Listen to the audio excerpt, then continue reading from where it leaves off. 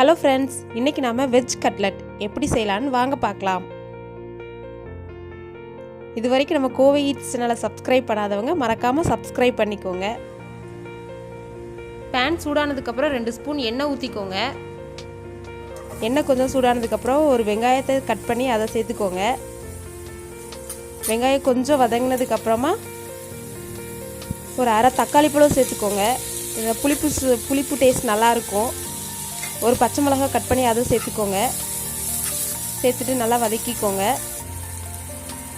நல்லா வதங்கினதுக்கப்புறமா அரை ஸ்பூன் இஞ்சி பூண்டு பேஸ்ட் சேர்த்துக்கோங்க. சேர்த்துட்டு நல்லா வதக்கிக்கோங்க.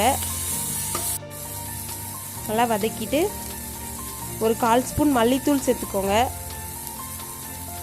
ஒரு அரை ஸ்பூன் மிளகாத்தூள் சேர்த்துக்கோங்க. ஒரு அரை ஸ்பூன் கரம் மசாலா பவுடர் சேர்த்துக்கோங்க. கொஞ்சமாக மஞ்சத்தூள் சேர்த்துக்கோங்க. சேர்த்துட்டு நல்லா மிக்ஸ் பண்ணிக்கோங்க.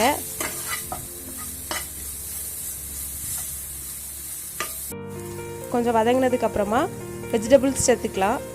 2 கேரட் எடுத்து சின்னதாக கட் பண்ணி அதையும் சேர்த்துக்கோங்க.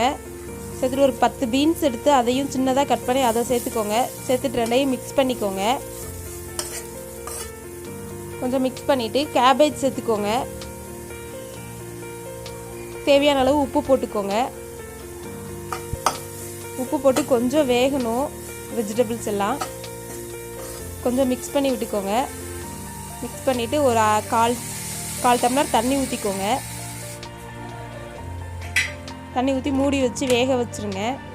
நல்லா வேகட்டும் காயெல்லாம்.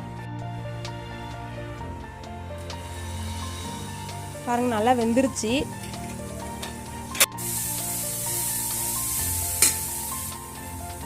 இது கூட ஒரு 4 கியூப் பன்னீர் எடுத்து கிரேட் பண்ணி அதையும் சேர்த்துக்கோங்க. சேர்த்துட்டு மேலே கொஞ்சம் மல்லி இலை போட்டுருங்க. போட்டு நல்லா மிக்ஸ் பண்ணிக்கோங்க.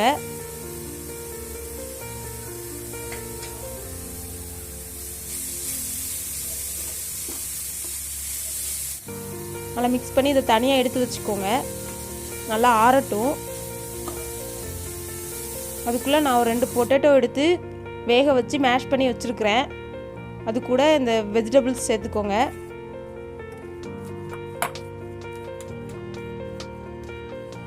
சேர்த்து நல்லா மிக்ஸ் பண்ணிக்கோங்க.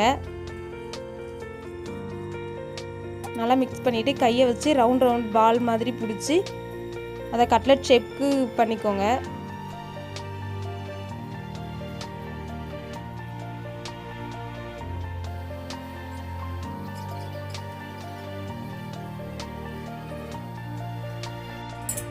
ஒரு பவுலில் 2 முட்டை எடுத்துக்கோங்க. அது கூட கொஞ்சமாக பெப்பர் பவுடர், கொஞ்சமாக உப்பு போட்டு நல்லா அடித்து வச்சுக்கோங்க. நான் எக்கு போட்டிருக்கிறேன். எக்கு பிடிக்காதவங்க மைதா மாவில் கொஞ்சமாக தண்ணி ஊற்றி அதுலேயும் பெப்பர் பவுடர் உப்பு போட்டு நல்லா மிக்ஸ் பண்ணி வச்சுக்கோங்க. அதுவும் நல்லாயிருக்கும். நான் ப்ரௌன் பிரெட் க்ரம்ஸ் எடுத்து வச்சுருக்கிறேன். அதையும் தனியாக எடுத்து வச்சுக்கோங்க.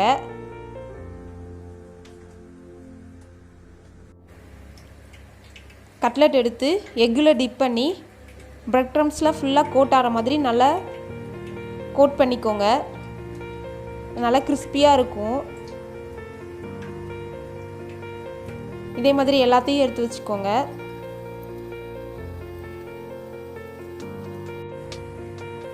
எடுத்து வச்சுட்டு நான் ஏற்கனவே பேனில் எண்ணெய் ஊற்றி சூடு பண்ணி வச்சுருக்கிறேன். மீடியம் ஃப்ளேமில் வச்சுக்கோங்க. ஹை ஃப்ளேமில் வைக்காதீங்க.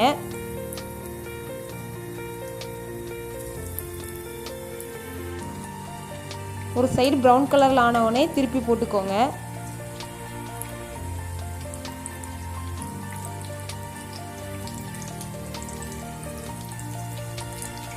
இன்னொரு சைடும் அதே மாதிரி ப்ரௌன் கலரில் மாறணும். மாறிடுச்சு, நல்லா வெந்துருச்சு. எடுத்து தனியாக வச்சுக்கோங்க.